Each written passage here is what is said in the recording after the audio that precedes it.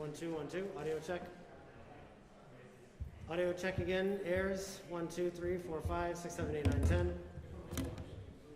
Hey, am I up, Airs? I'm up. Thank you. Audio check. 1, 2, 3. You want to do a direct feed, Andrew? Audio check. 1, 2, 3, 4, 5, 6, 7, 8, 9, 10.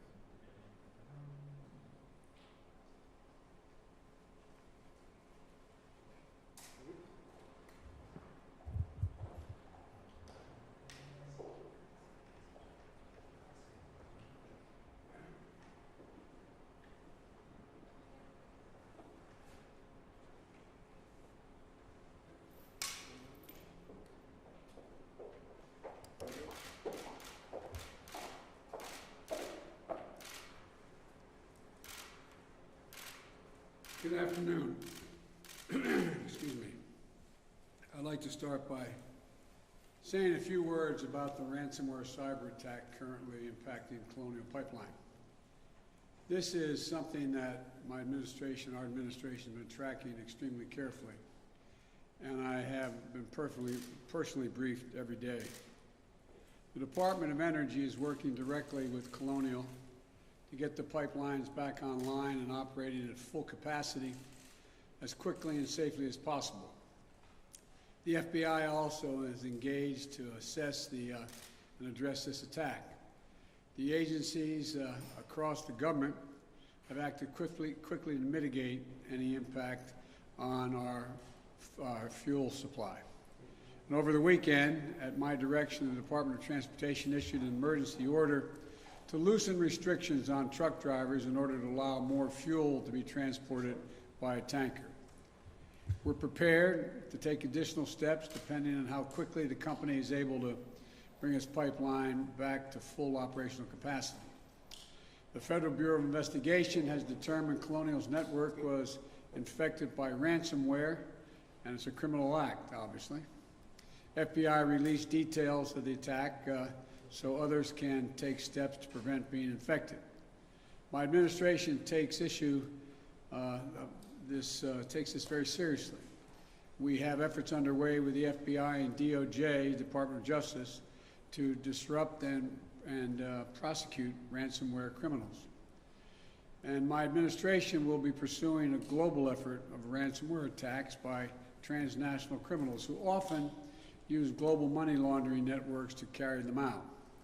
My administration is also committed to safeguarding our critical infrastructure, much of which is privately owned and managed like Colonial.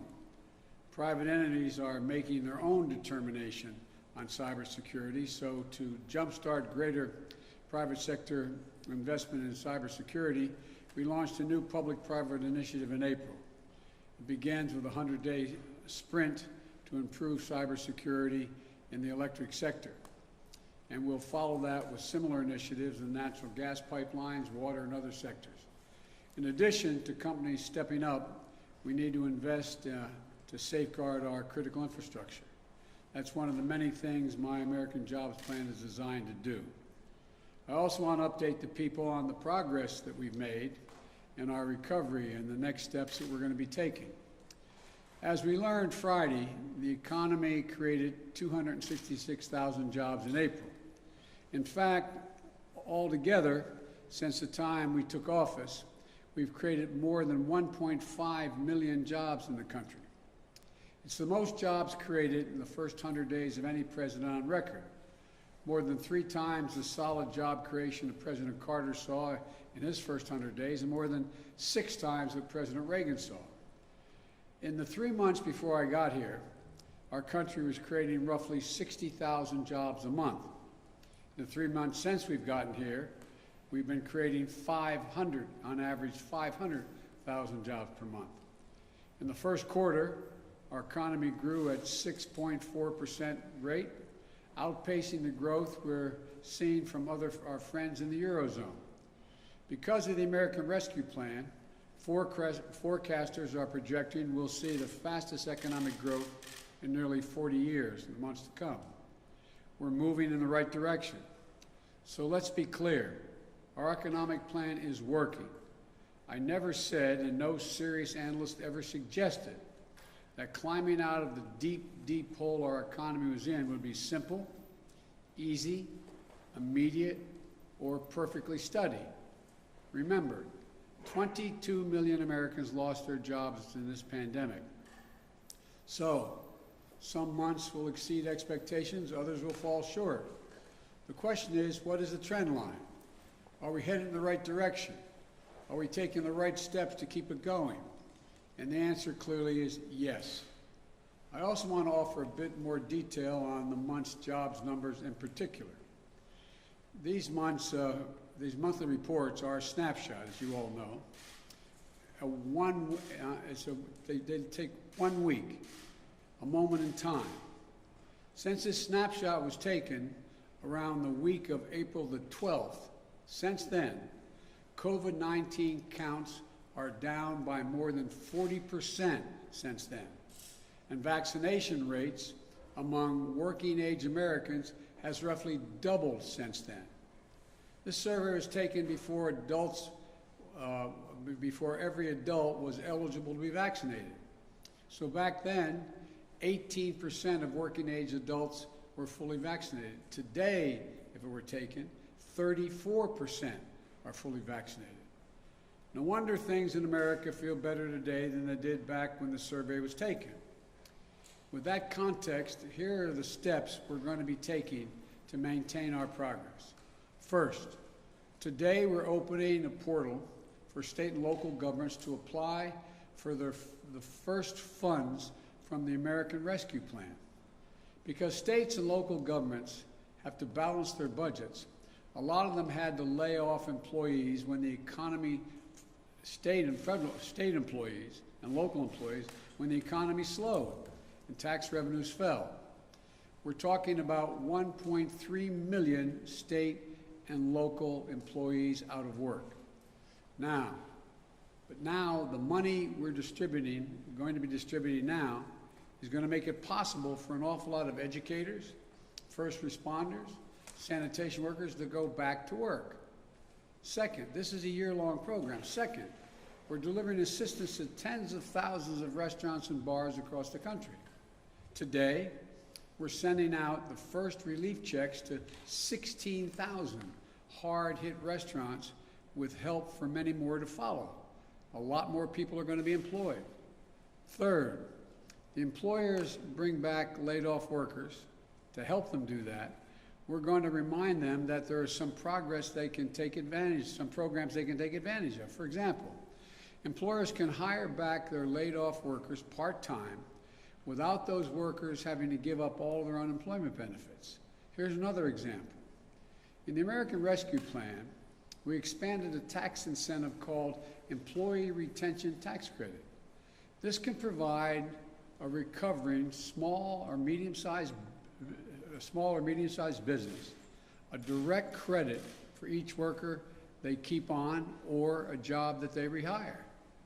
Fourth, we're going to provide real help for people struggling with the challenge of childcare, which is making it hard for many parents who need to work, especially women, to get back to work.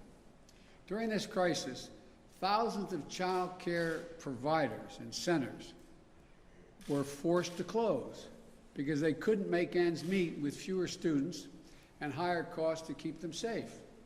As a result, parents lost the support system they depended on for child care, and tens of thousands of child care workers lost their jobs.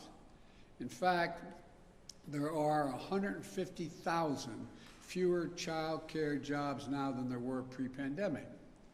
The American Rescue Plan has already allocated funds to states to address the immediate challenge to our economy and of too few child care operations. This is the largest investment in child care since World War II.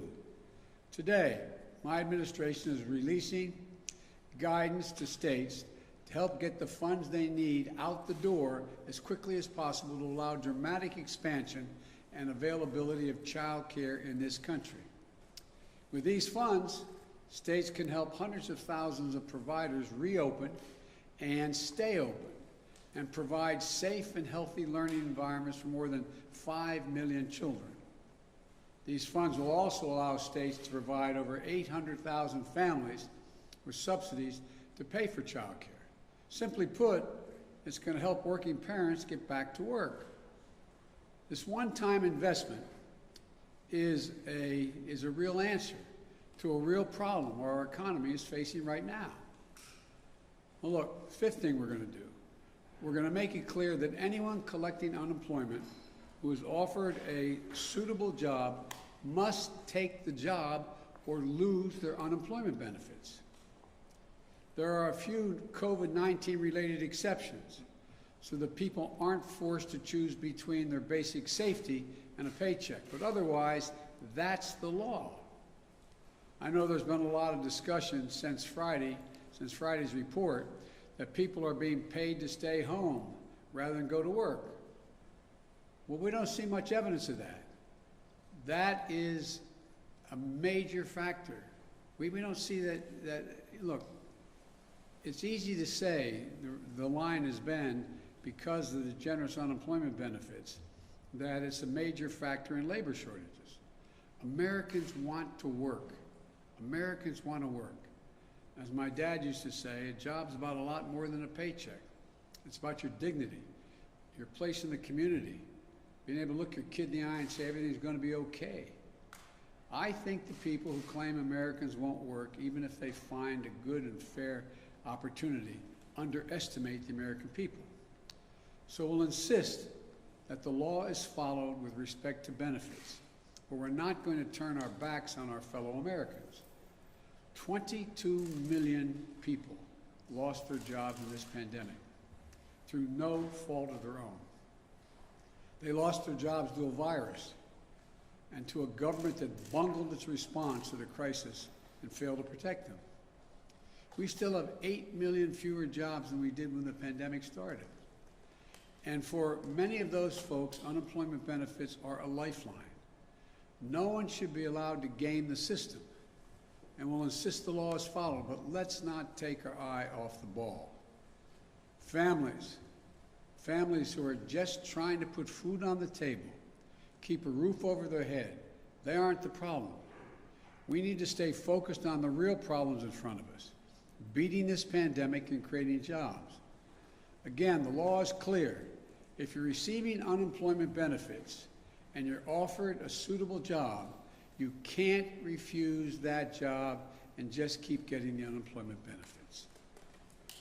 We're also working to overcome all the barriers that may be making it harder for people to get back to work. Child care, getting vaccinated, getting schools open. We're making progress on all these things. And we need others to step up and play a role as well. For example, we need employers to step up in a couple of ways. First, we need them to get help to their people and get them vaccinated. 2 weeks ago, I announced that we will provide a tax credit to employers if they give workers paid time off to get a shot and recover from the effects of the side effects, if there are any.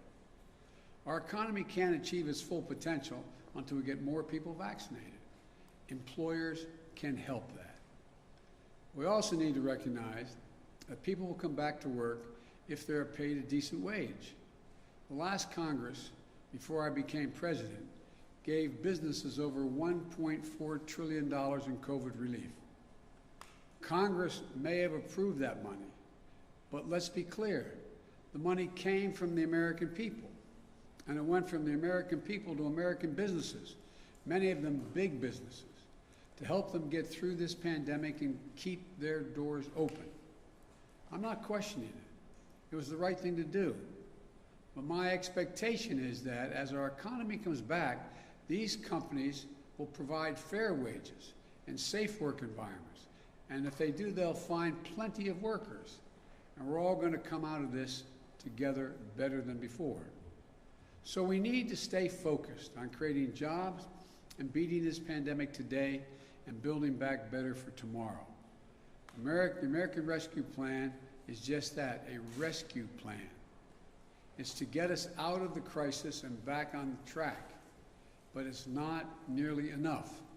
That's why we need the American Jobs Plan, which is an 8-year investment, an 8-year investment strategy to make sure working people of this country get to share in the benefits of a rising economy and to put us in a position to win the competition with China and the rest of the world for the 21st century. That's the next stage. That's what we're doing right now. We're working to get that passed. I want to thank you all, and may God protect our troops. Thank you. Mr. President, if you can't protect critical infrastructure from a criminal actor, how can you possibly protect it from a state actor? We can do both. And we will. Do you think Russia is involved at all implicitly with that attack? I'm going to have a conference. I'm going to be meeting with President Putin, and so far there is no evidence based on from our intelligence people that Russia is involved, although there is evidence that the actors, ransomware, is in Russia. they have some responsibility to deal with this. Thank you. Decided who will get the AstraZeneca doses, Mr. President?